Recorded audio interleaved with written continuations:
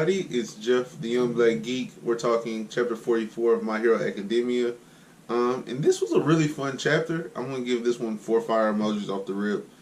Before we get into that, though, I want to say shout out to everybody that checked out the last couple chapters. I know that they were pretty slow coming. Not the actual chapters were slow, but they came out kind of sporadically. But I was at my folks for Thanksgiving, and their Wi-Fi is horrible. Shout out to the Cowboys for another dub over the Redskins, the Deadskins. There's some bums, bro. So shout out to the Cowboys for that. The Giants, y'all almost beat the Eagles for me. But y'all choked because y'all suck. It is what it is. Also, shout out to my cousin Jordan Jones, man.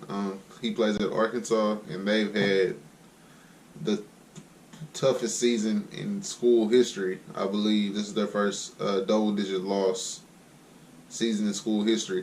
But I don't really care. I don't want to say I don't support Arkansas, but I'm a Jordan Jones fan, not really a Razorback fan, if that makes sense. Anyways, besides that's the shout outs for that, man. Let's get into the chapter though. Y'all are here for the chapter. Let's get into the chapter. 4 fire emojis. This chapter was really fun. It had a lot of things that were easy to miss details. So I'm going to kind of go through it like in hand, because this was the last chapter of Volume 5, and outstanding volume, really. Probably my favorite volume I've read so far of this, not of anything. But here's the truth to this chapter. I want to break it down into the impact of what's going on with Ida's older brother. What that's going to do to the story, as we've been introduced to a major villain. A villain that goes and takes down pro heroes and is taking down one of the students' heroes that were I don't even want to say that we're connected to, because I don't even really like Ida like that. But we're connected to Ida through the story, and so what goes on with his brother is important. And I believe this is going to lead to some interesting character development within Ida, and he needs it. He needs something to season his character, because he is bland to me. He's a bland character to me. He's the straight by the books, generic, superpowered character. There's no layers of flavor there for him. And so I believe that, like, how this could affect him mentally to see his brother like this it'll be interesting if nothing else. And it might even help him be a hero down the line. And it's also going to drive Midoriya to a place, because as his friend, it's going to drive him to a different level as well. And this class follows Midoriya for the most part. And because he's shown some solid leadership characteristics. The other thing that I found to be really just fun to read is the three kids that placed were of course Bakugo won, Shoto, and then Tokoyami. All 3 of them seem like troubled kids, and they're all troubled by their own things, of course. But it was it was just nice to see how Horikoshi can mix in real life things, real life feelings that young kids, and I mean they're 15, so young kid they're not toddlers, you know what I mean, or even preteens. They're 15 years old, so they're going through real 15, 16-year-old emotions, where Tokoyami's struggles seem to be from the acceptance of others. And from what I read, where he kind of is a I don't deserve this person, because and I don't even really know if that's what it is. He just kind of seems like us. Did y'all go to school with goth kids? And I don't want to use that, because I don't really know what all goes into, like, folks. But I hate to be talking so choppy, because my thoughts are kind of jumbled up. But I wasn't a kid that like would dress in all black and would paint my fingernails. That's just not me. But I do know folks that wasn't even in high school, and he kind of reminds me of that. Like the kids that would hang out like that. And maybe it's because he has a raven's head and kind of sits to the back of class. But he's incredibly strong. His quirk does kind of fall in line with it, where it's like a dark themed quirk. It thrives on shadows and how lighting is, and so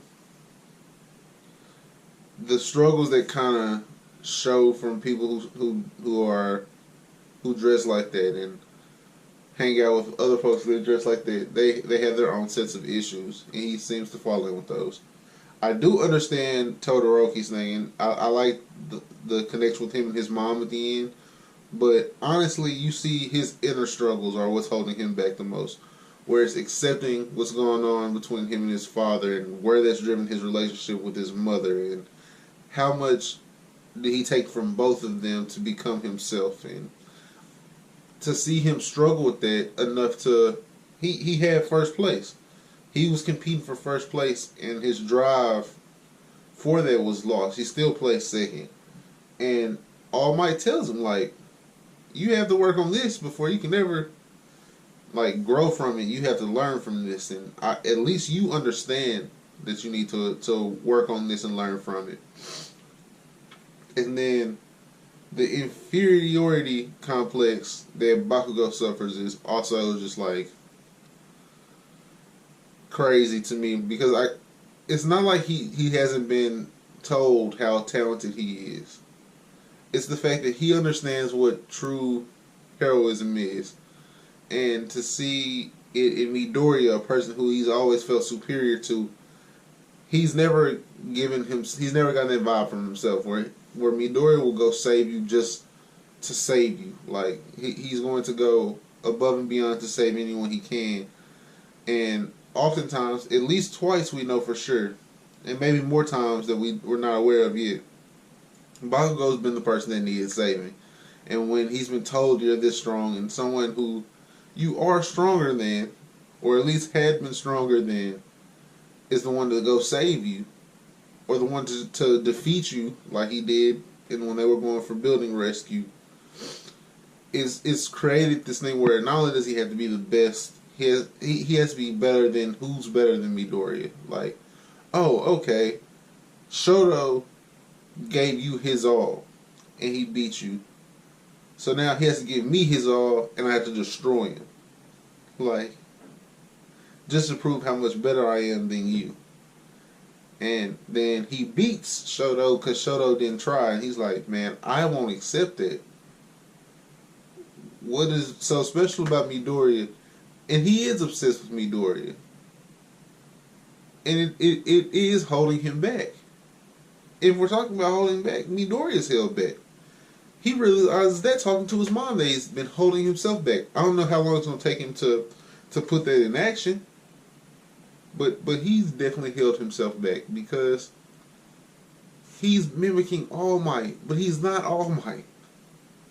Nothing he does can make him All Might. He's always going to be Midoriya. So he has to take this power from All Might. And it's the way he idolizes All Might that holds him back. It's the way that he views All Might as a deity versus a mentor. He's not using All Might to bounce ideas off of. He's using All Might to take ideas from and replicate. And he says, like, I have to stop imitating All Might to become a true hero. Basically, I mean, he doesn't say that verbatim, but I'm just happy that he's realizing that there's more to what he can do than just what All Might does. Because he's never going to be All Might. Now, back to Shoto and his realizing he needs to go work things out with his mom. That's a huge step, and a lot of what carries the grading of this chapter for me is to see that Horikoshi doesn't mind pulling on the heartstrings a little bit, where we saw or read and not even like a lot, but we see kind of what Endeavor did to his mom mentally and where that drove her, and to see that he's stayed away from her this whole time. We're introduced to Fuyumi, which is his older sister, Shoto's older sister. But what Endeavor did was not only take away a son from his mother, but he also took the mother from the son. Where Shoto also, while he drove his mom crazy, Endeavor drove his wife crazy. He also did it in a way where Shoto feels he's responsible for his mom going crazy. So he split them both from each other. And for Shoto to go be strong enough to take that step to start fixing his relationships in his life, look out, because he's going to get so much stronger from that realization. Where, yes, my hatred of my father is a lot of what leads me to not use the fire side of me, but how I feel about what I've done to my mother also has a lot to do with me not using the fire side of me. And I need to work on both of those angles to be okay using my whole power scope. He's going to grow tremendously. Another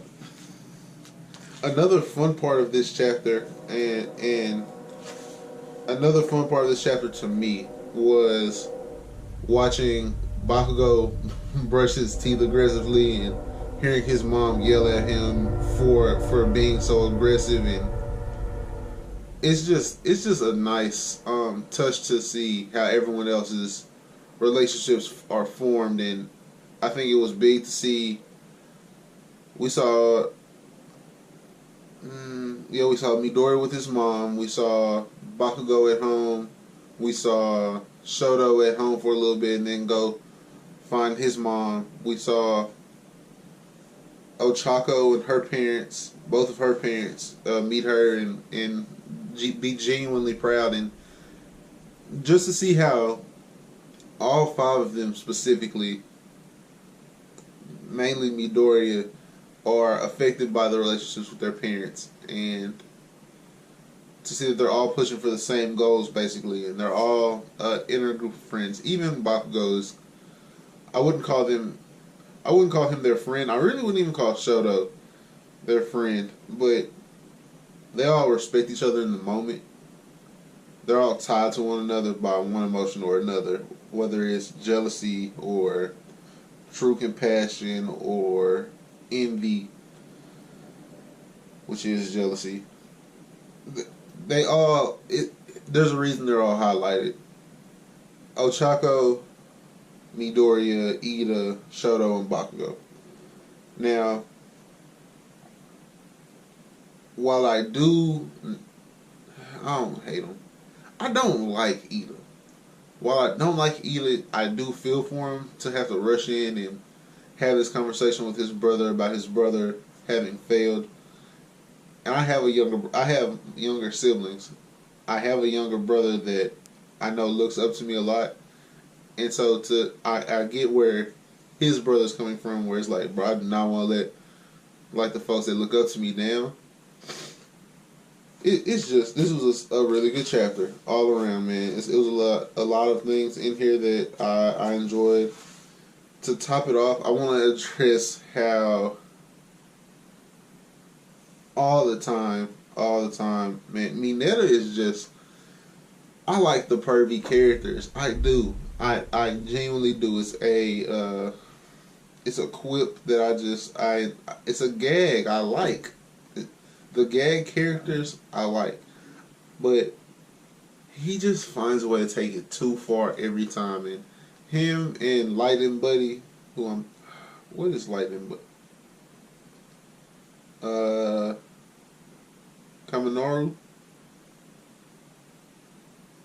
I'm looking at his name. I think it's Kaminaro. I don't know though.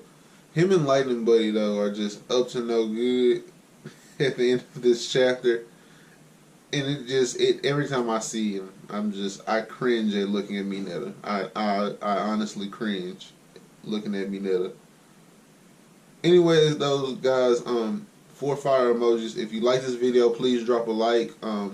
As far as in the comment section, tell me what you like as far as the artwork in this volume, because my favorite panel in this entire volume was actually at the end.